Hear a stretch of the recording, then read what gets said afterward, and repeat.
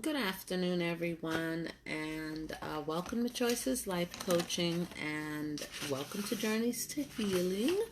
Now, on today's topic, we are continuing with dreams, passions, and visions, okay? Passion, dreams, and desires, okay? So, this afternoon session, we will be discussing the dream theme and the dream lifestyle, dream theme, envisioning your dream, okay? And let's start with the life wheel category. Okay, so now with the life wheel category, we're breaking down the life wheel category and we're breaking down life into categories. Good afternoon, Shaneda. Where are you watching me from, Shaneda? What city? I'm in Hackensack. Where are you? Hoo hoo hoo. Well, okay, so with the life wheel category, breaking life down into categories can help you identify a balance of dreams in all areas and minimize the tendency to forget something important. So we're going to use the same 8 categories from the life wheel assessment. Okay, and that you can either do a download from the internet, okay, or you can just see the life wheel here. Okay, if you can see the life wheel, and those are the categories. Okay, let me just name them. We have work. That's your job, career, vocation, and for stay-at-home parents, keeping the family running is a vocation. If you are a stay-at-home mom or dad, your job is to raise the children. Believe it or not, that's a vocation. That's considered a work, but most people don't get compensated for it. Then we have money, finances, retirements and investments, spending and saving habits, giving, etc., etc. Like if you're giving to charity or donations. Then you have the living environment. With your living environment, that includes your physical surroundings, house, car, yard, your bedroom, and the things that you own that make up that environment. So that means the stuff that you have within your house or within your personal space. Health and recreation, hobbies, sports, fitness, diet, healthcare, sleep, Sabbath, vacations, the things that take care of your mind, body, and emotional health. And you can also factor in community, would be your relationship with friends, your neighbors, plus your community service, PTA, politics, volunteering boards, service projects, etc. Then you have family, spouse, children, and extended family relationships, and then your spiritual life. Okay, that would be including God into your personal relationship, plus involvement in, if you are a religious person or a spiritual person, you have your religious activities, devotions, church involvement, and leadership roles, retirement, spiritual disciplines, okay? Now, with the dream lifestyle, what's your dream lifestyle? Picture your surroundings and daily patterns in the future when you're living what you think would be a great lifestyle for you. The object is not to pick what's the most expensive or comfortable. Dream about a lifestyle that you can actually live, one that fits your design and lets you do what you love. Have fun with this envisioning. Yesterday we did the envisioning for the big dreams, little dreams. We also did your fun the big dream inventory, and see, this is your big dream inventory. Then we also took this is the life assessment wheel. Okay, so with the life assessment wheel, can you see that? Okay, and these are the areas that makes up a person's entire life. Okay, now as we continue, what would your ideal life be? Dream about the lifestyle that you have with, like, you can envision where in the world you'd like to live, your home, your ideal workplace, your schedule, your activities, the people you'd be working with, or you're on an average day-to-day the type of environment that you work with or that you're currently working in, and the idea to get what you really want out on the table in detail so that you can see what's there. Now, if you are not a natural dreamer, look to the past and the present for ideal solutions and just put them together to build a picture of your desired future. So, say my ideal lifestyle. When I ask you, what is your ideal lifestyle, or what type of lifestyle do you envision for yourself? Okay, you can either say living in the mountains, living in the suburbs, living in the cities, living in Hawaii, living on a tropical island, okay, living on top of a ridge with a great view, living in Manhattan. You want what is that? A duplex overlooking Central Park. Say you want 4 to 5 bedrooms with big, tall bay windows. Okay, that way you can look outside and look at Central Park. Do you want to live in Manhattan? Do you want to live in Chelsea Piers? Do you want to live in the Village? Do you want to live in San Francisco, Atlanta, Texas, California? Do you want to live in Europe anywhere? Do you want to live in the Midwest in Tornado Zone, Tornado Alley? Okay, so you can actually get to that point of when I say, envision your lifestyle, and I ask you, where do you see yourself living at that particular point in time? So you can start by saying that, do you want a simple house? Do you want a 2-bedroom, low maintenance yard? Okay, with a house with basement and storage space for, where your wife can have a she shed and you can have like a man cave, and you understand, where she can, have her little projects, and you can have what do men do in men caves anyway? I know that there's a pool table, there's a bar, probably a big screen TV. Okay, you understand? What does your office space look like? Desk with a big window. Do you have a big giant desk where you can put all kinds of computers, maybe 2-3 computers? Or is your desk neat? Is your desk sloppy? You understand? Do you have, what type of office? What do you have on the walls in the office? Do you have a map of the world on the wall in your office, or do you have shelving? What type of envisioning what your office looks like? Okay, now, do you have a bookshelf? Do you have bookshelf space for the bookshelf? Doors where you can walk out onto a shared patio and work outside? Does your office has sliding doors? Does it have a patio where you can take your work from inside and put it onto the patio? Now, is it an inspiring view? Is it an office for you and your spouse, or is it just an office for you, or is it just an office for your spouse?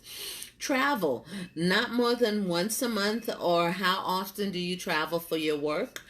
Okay, short trips. Do you travel within the state, or do you travel out of state for your job? Do you travel cross country? Do you travel outside of the country? Control over your schedule. Do you have control over your schedule? Do you set your schedule, or do they set your schedule for you? Okay. How is the balance of reflective and active time? Do you have balance to reflect on your day, or do you just go, go, go, go, go, go, go, go, go, go, go? Okay.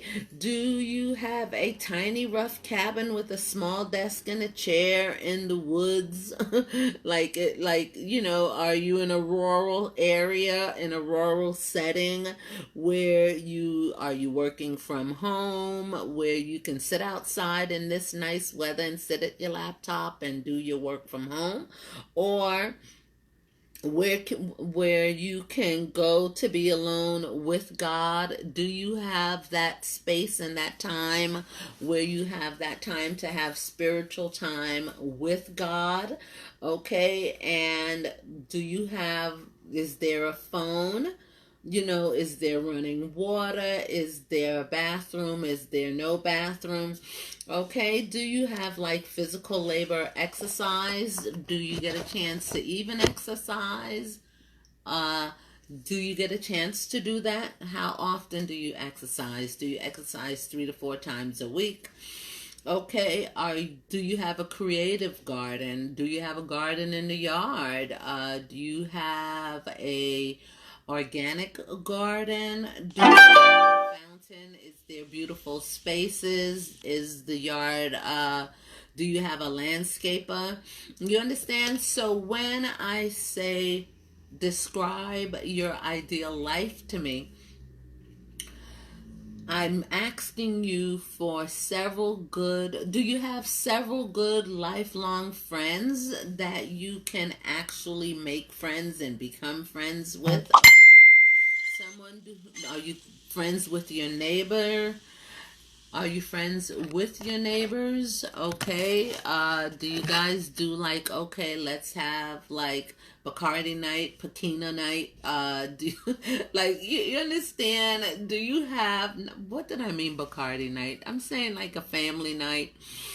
Do you have where someone who lives close by, where you share possessions and meals or take walks together? Do you have like a good neighbor or a good friend that lives close by where you can just actually say, this is my friend, and that I'm concerned about you, you're concerned about me, blah, blah, blah, blah, blah?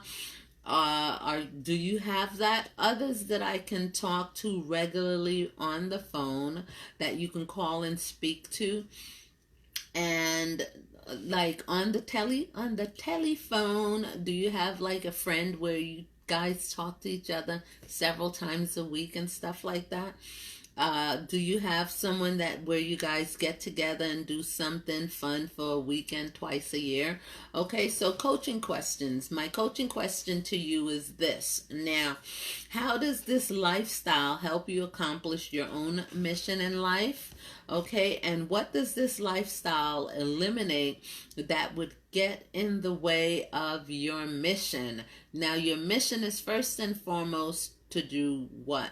Okay, what's in here just to bring you joy in life, and how does your deep desires come out through what you listed? Okay, so within that, there's also the group option. With the group option, get a bunch of magazines, cut out some pictures that represent your ideal life, and paste them on a poster like this. It's basically what they call a vision board. With the vision board, you'd like get a board, a cardboard box, not a cardboard box.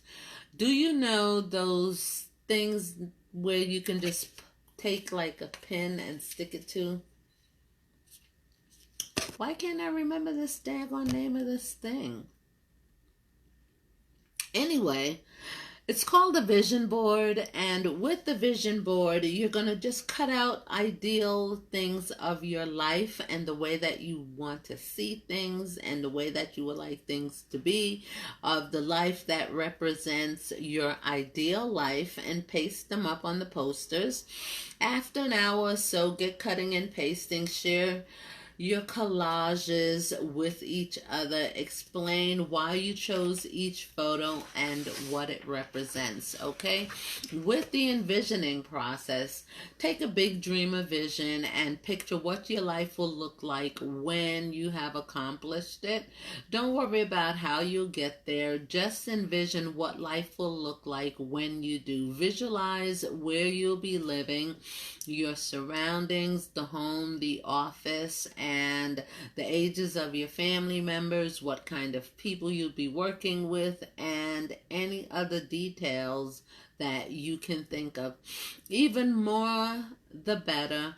Walk through an average day in a future where you've reached this dream and record what you see. Okay, and my coaching tip to you is that people often struggle on this exercise with being too general. Okay, I don't want you to be too general. I would like for you to be specific. Okay, words or general concepts have little emotional impact compared to pictures and photos. And to create a picture, we need details. For instance, when asked to visualize the dream future, okay, the client might offer something vague like, I'll be working in management. You're using your questioning skills to press that out much further. Okay, what's your passion? And I ask you that to say, what is your passion? What passion will you hold? How many people will report to you? What will be the responsibility?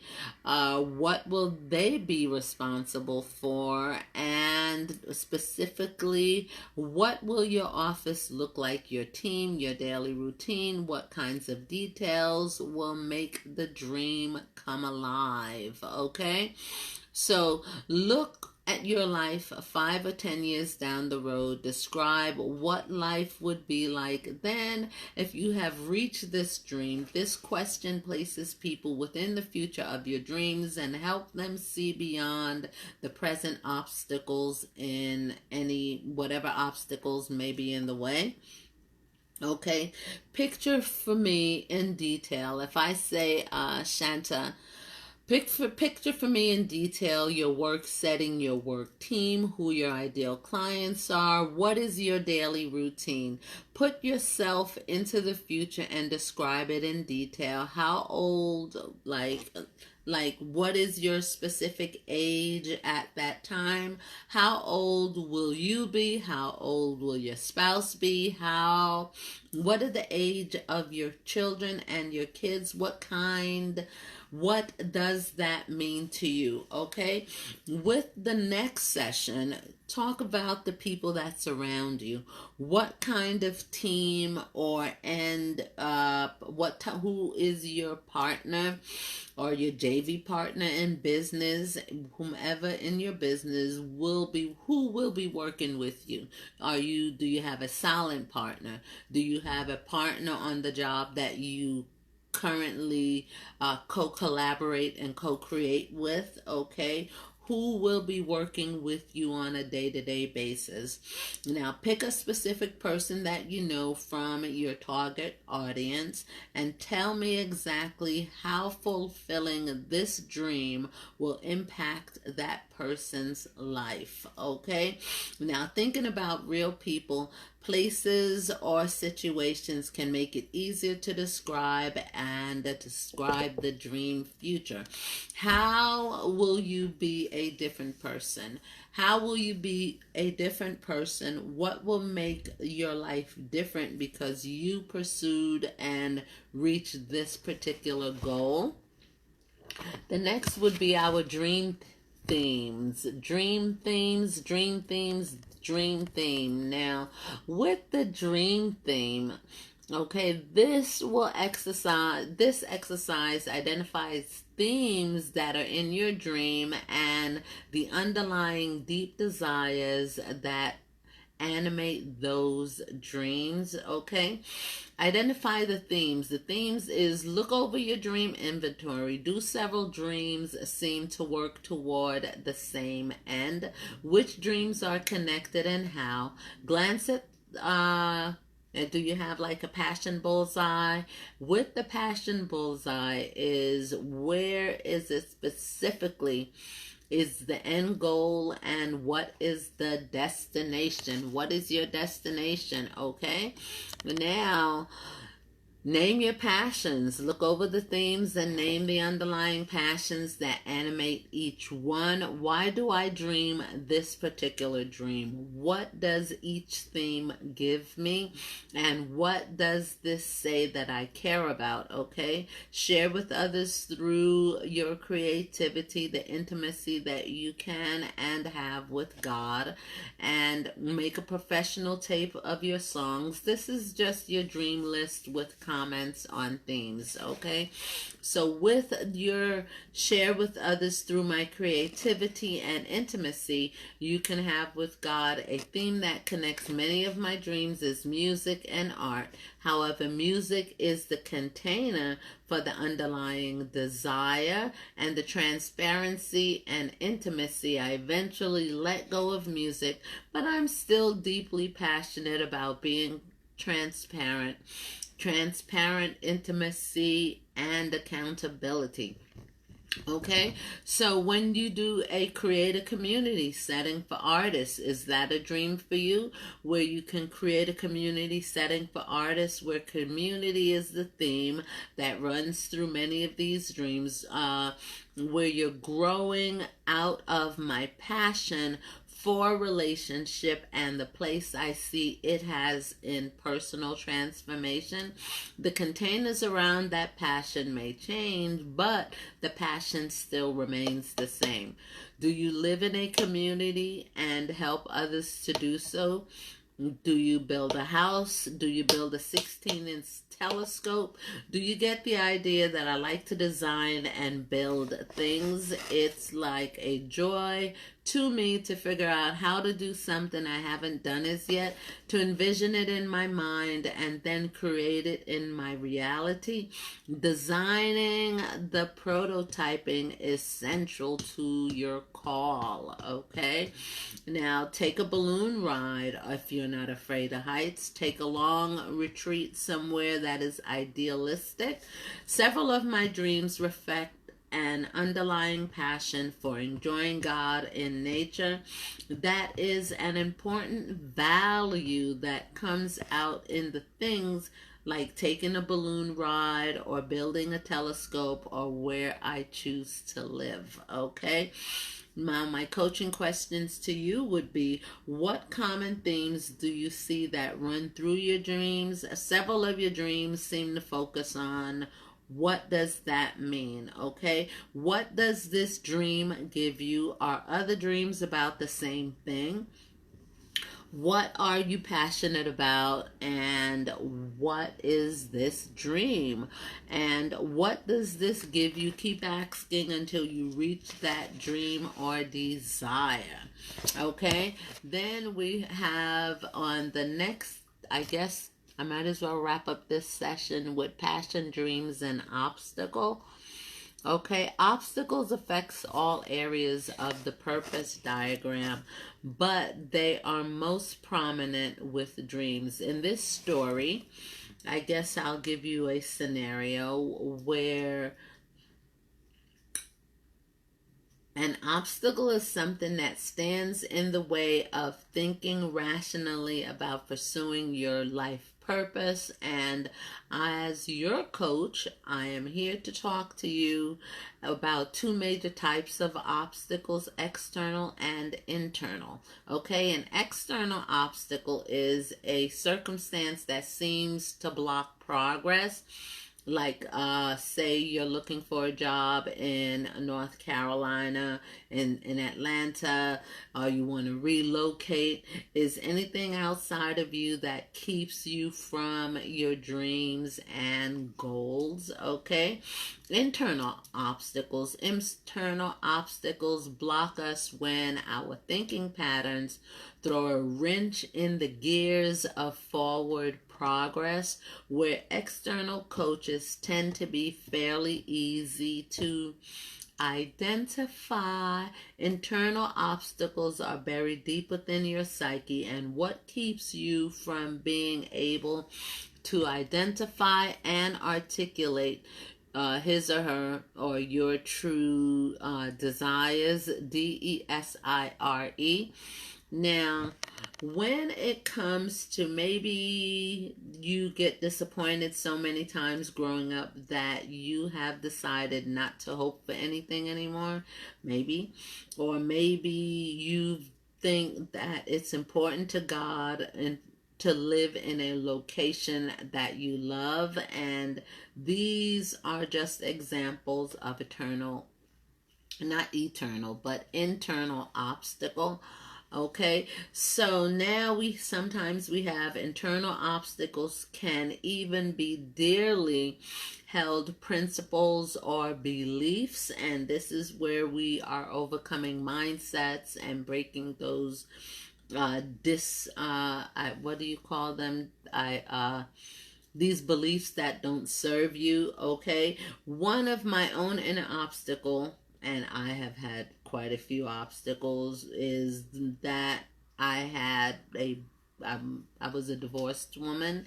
I'm a divorced woman, and something I had been through that I had felt like, oh my God, the shame and the stigma that was attached to divorces. Or if some women, with men and women, it's totally different. If a man is sexual or has high sexual activity, it's like, okay. But if a woman is sexual or promiscuous, then she's considered H or an A. So you understand, these are different stigmas that are attached to men and that are attached to women, and we have to overcome these mindsets that are relational.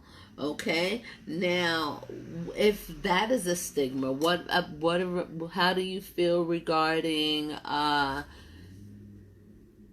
you have to get past those limiting beliefs? I think dealing with external obstacles. Okay, external obstacles don't usually lurk in hiding. Most clients can tell you exactly what they are, and I don't have time to follow that dream. I don't have the time or the credentials. I hear some of those obstacles so frequently that I have to take a minute to ask these questions. Okay, regarding money, opportunity, ability, and people, give me some options. Where could you where could you come up with the money that you need to pursue your dream? Okay, what changes to your schedule, your resources, or your time limit could give you the time that you need to do this? Okay, where could the opportunity you need come from? What actions could increase your chances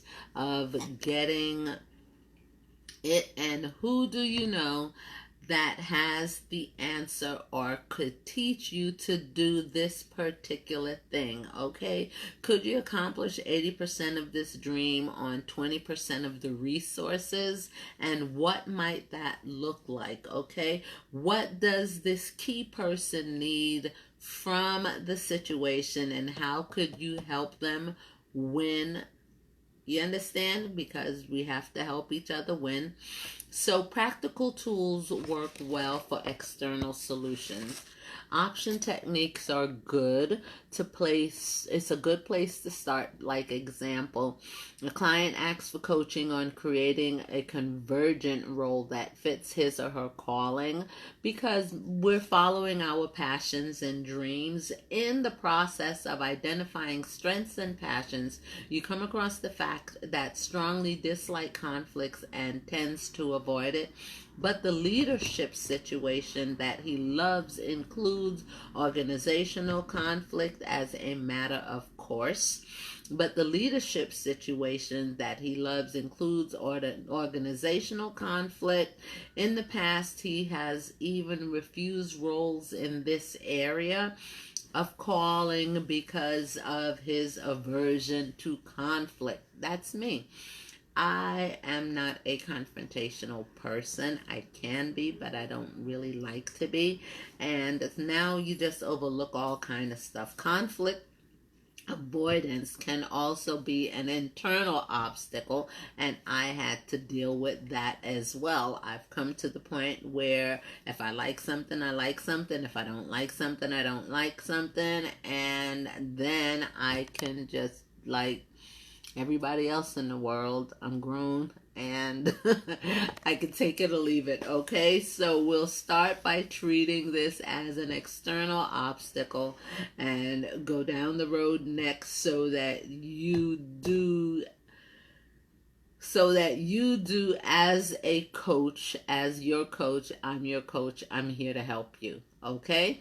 So overcoming the one-dimensional thinking. Overcoming one-dimensional thinking is very important, and I think that's really, really vital.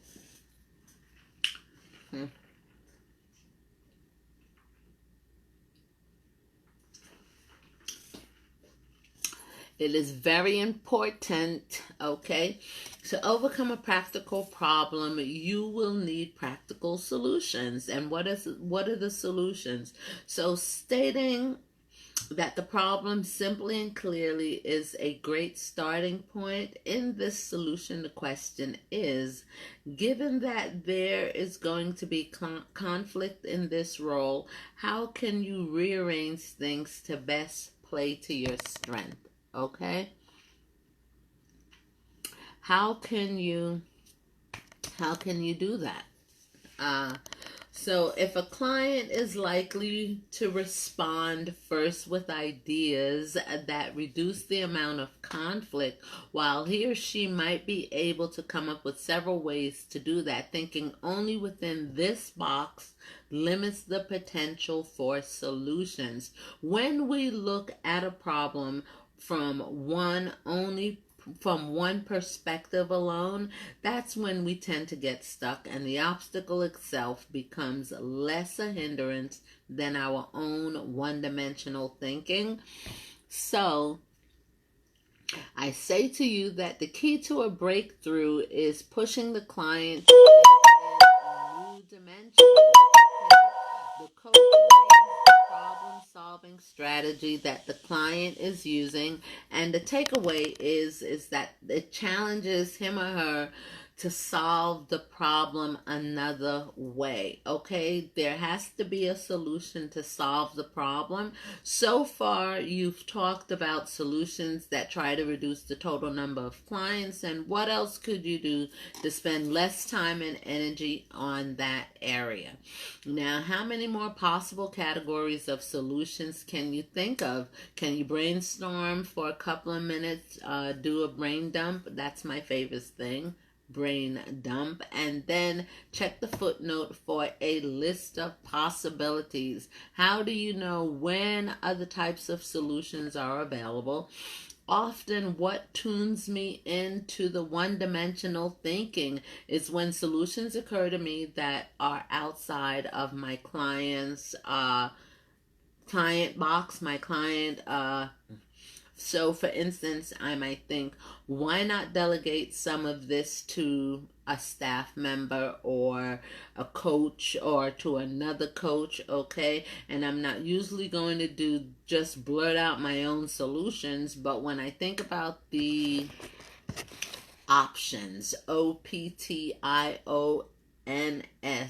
that are clearly outside my client's box, maybe a question that will expand the box is in order. What kind of people resources could you draw on to help you?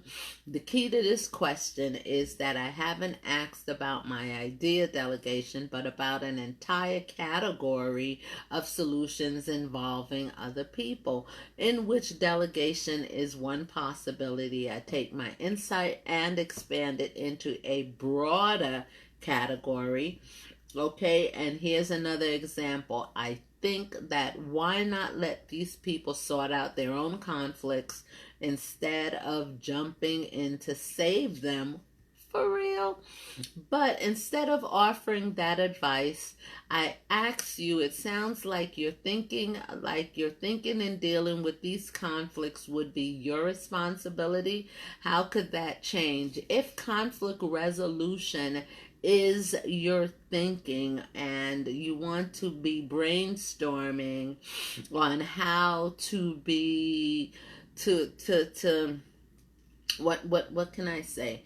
How to avoid not only the conflict or the antagonism, but this is one of the many brainstorming option techniques that work with obstacles, okay?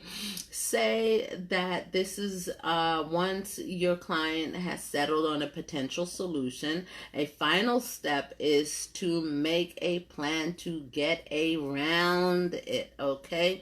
With dreams, a plan tends to get in the way, but with obstacles, it is a hopeful, freeing thing that have a step-by-step stratagem to overcome.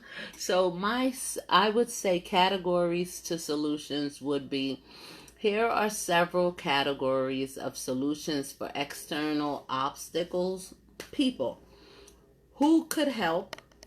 Who would know the answer? Objectives. What if you change the dream or your timeline for it? Okay? How could you realize 80% of it with 20% of the resources? Dream versus DESIRE. What is your desire under this dream? Okay? Now,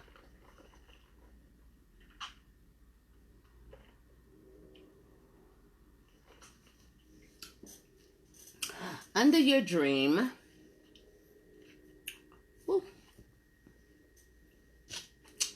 now, here is the thing. With dreams that, what is the DESIRE under this particular dream? How do you deal, say that you're in your own personal space, and for the conflict resolution, how do you deal with things that, annoying neighbors? How do you deal with that? Without actually yelling and screaming through the walls. That's a conflict, but how do you resolve that issue? Okay? Now the next thing is learning. Where could you find an answer? How could you learn this particular thing? Expectations. How can I realign my expectations with what is realistically possible? And when it comes to self, what am I doing that is causing this? What could I change about me that would make a difference? DIFFERENCE. And then we have to deal with regrets, okay? We as human beings have regrets in life, and sometimes, how do you overcome a regret, okay? Another coaching technique for dealing with obstacles is, how do you get over regret? How do you move past regrets? Like, we all regret stuff in life. And do you regret having those children? Do you regret marrying that person? Do you regret gaining these extra 50 pounds? Do you regret? What are your regrets in life? So, when it comes to this thinking about and coping with, what is the cost of pursuing your dream? And we think that mm, let's make budgets. Okay, estimate the time that it will take, wrestle with the sacrifices that the dream might require. Okay, and it is much rarer to find a person who has truly examined the cost of not following a dream. That's the idea of regrets. You ask the client to evaluate the cost of not moving forward, and here is an example. Okay, and that would be example. So I'm hearing that you'd like to go back to school and prepare to be a teacher. Okay, yeah, that's what I want. It just doesn't seem possible. What's standing in your way? Well, I've had to go back to school 3 years if I did it part-time. I don't know if I could even do that and work the same hours. So in addition to the time issue, that we're going to see our income go down right at that time when we'll be spending a lot extra tuition. I figure out how much it does and how much it's going to cost you. Do you have to get grant? Do you have to get funding? Do you get a loan, a student loan? You understand? Do you get a grant from the federal government? And it is pretty much wipes out, are you dipping into your 401k plan? Are you dipping into your savings to pay for school? You have to factor in all these things, and then you say, okay, so this is going to involve some sacrifices, but let's look at the other side of this too. Imagine for a minute that you are 80 years old and looking back on your life and you've never pulled the trigger or becoming a teacher. You understand, you've always wanted to be a teacher, but then by the time you're 80, you look over your life and you sit down and you're living with the regret of what? Not taking a chance on yourself, not investing in yourself, not believing in yourself, not having the courage to step out in faith. Okay, and then you have to deal with what they call, what would be that minor thing or that regret, or how I definitely would regret that. I would definitely regret not taking chances. I would definitely regret not actually following my passion and taking those chances in life. Good afternoon, Johnny. And what other feelings do you have regarding the choices that you make or the choices that you don't make? Because when we make a choice and when we don't make a choice, believe it or not, we're still making a choice. Sort of an ache in the pit of your stomach, and it would be like I chickened out on life and on so many things, and then you become disappointed in yourself. Why? Because when you become disappointed in yourself, see, what does that mean for this particular decision or what it is that you're deciding to do? Okay, and then you've got to take yourself and life a lot more seriously. When you look at it that way, the money looks like small potatoes. Okay, you have to think from an abundant mindset. You have to think from a prosperity mindset. You have to think from an overflowing mindset. Regrets explore the cost of staying where you are at. What will you regret in your life? Not taking a chance and not doing all that you can do at that particular moment in time. While this technique is typically used in the coaching conversation, How are you reflecting on your life and over your life during the course of your existence, or on your time, on your lifeline? Obstacles and expectations. And we all have obstacles. We all have expectations. What is your bigger dream? The more you should expect obstacles. If this was easy, someone else would have already done it, right? So we often forget that within our life call, there is about becoming and not just doing. Life is about becoming. Becoming what? Becoming the best version of yourself. Becoming the best you that you could possibly be.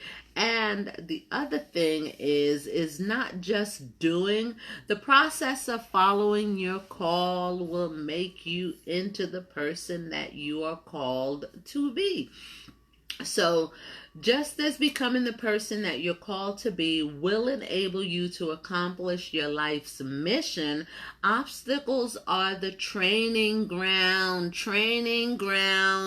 of your calling. They do not prevent you from becoming who you are called to be, but on the contrary, they teach you to become that person. Okay, you cannot fulfill your calling without what your obstacles in life gives you. So frankly, one of the most debilitating spiritual obstacles that a Christian face is their expectations about obstacles. Okay, we expect that when God is in something that it will be like smooth sailing all the time, and it's not that. Sometimes God also looks at our attitude towards certain things. Okay, so it will work that the evidence of being right with God is when things go smoothly and you succeed. Never mind that Jesus completely refuted this idea. The drive to gain control of our future for doing certain right things that ensure that we'll meet with favorable circumstances is deeply rooted in the human psyche.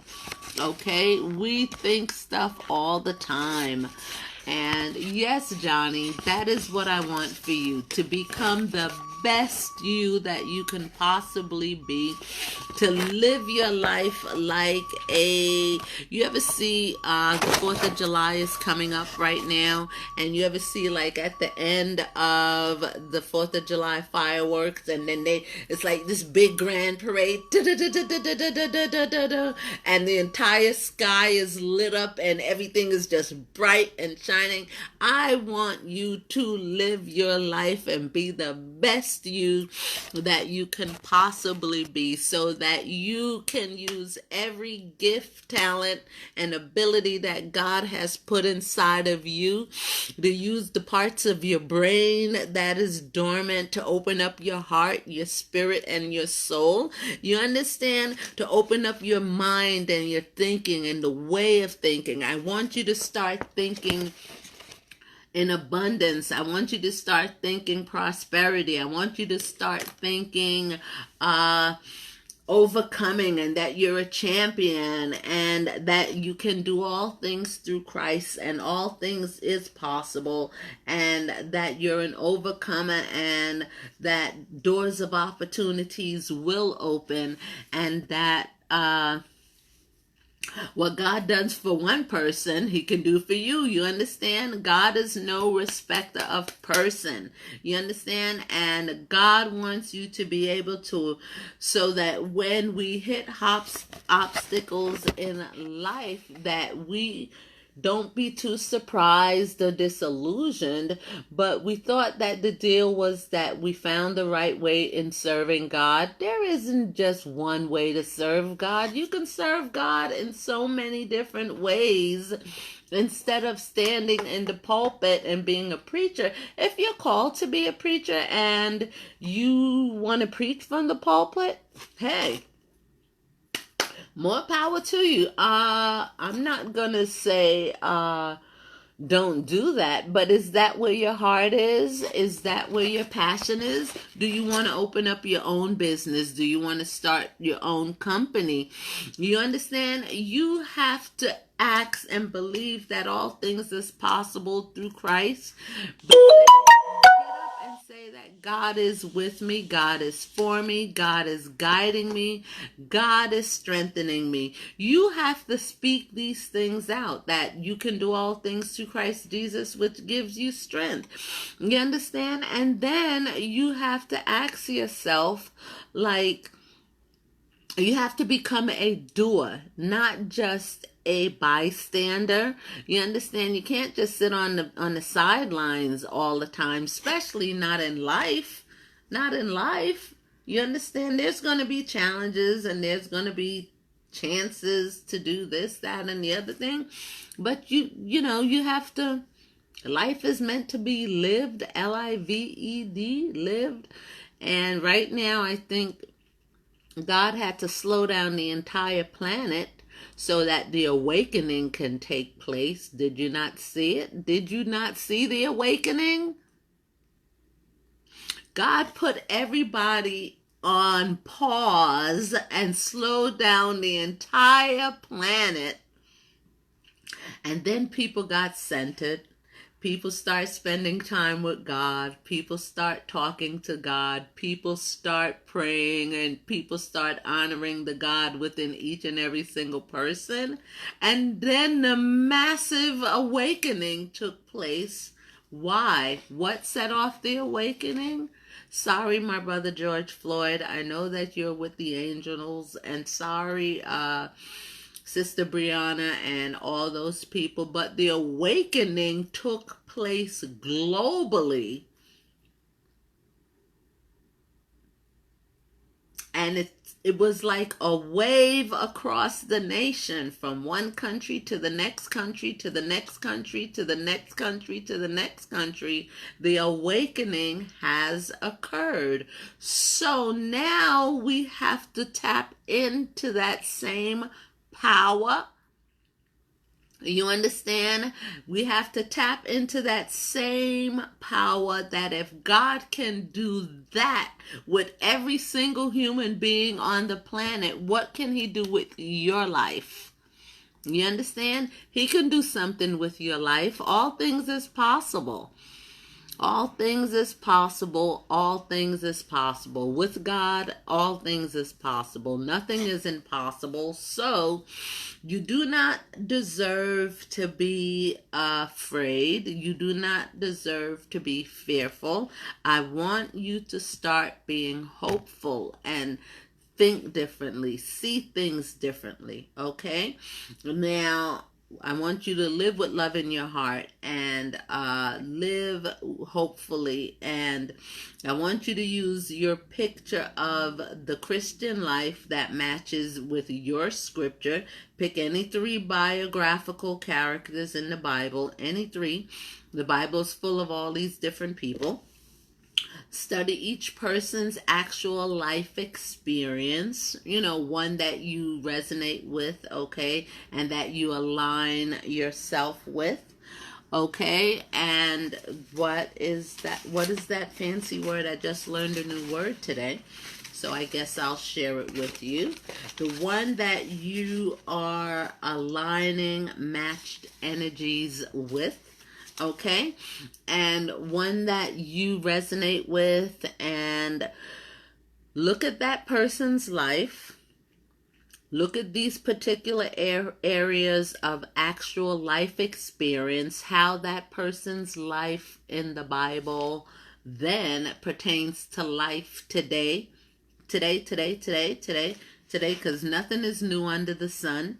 Have you not noticed that? And then you are going to look at the oppositions that they faced and how they had to overcome challenges and trials and tribulations. And then look at how successful he or she was. You can use any character, male or female, where he or she is at in terms of physically, financial security, towards their health and well-being? Was he or she receiving the recognition that was due to that person? How comfortable he or she was in their life, that means their lifestyle, and how long was it from the time that he or she destiny became apparent to when it was fulfilled or accomplished within their time frame, and what happened during those years. Okay, so at the end of that, God promises are meant to come to us in the midst of life and not to take us out of life. You understand? So many are the afflictions of the righteous, but God delivers him or she out of them all. Okay? So to God be the glory. And on that note, I guess we'll pick it up at the next session. Or do you guys want me to continue? If you want me to continue, just put it in the comment section. If not, I think I'll have my dinner, do my editing, and I'll pick this up tomorrow. Okay, this way this is just a half an hour session. Okay, and have a wonderful day. Replay, if you're doing the replay, put hashtag replay in the comment section. And have a good afternoon, okay?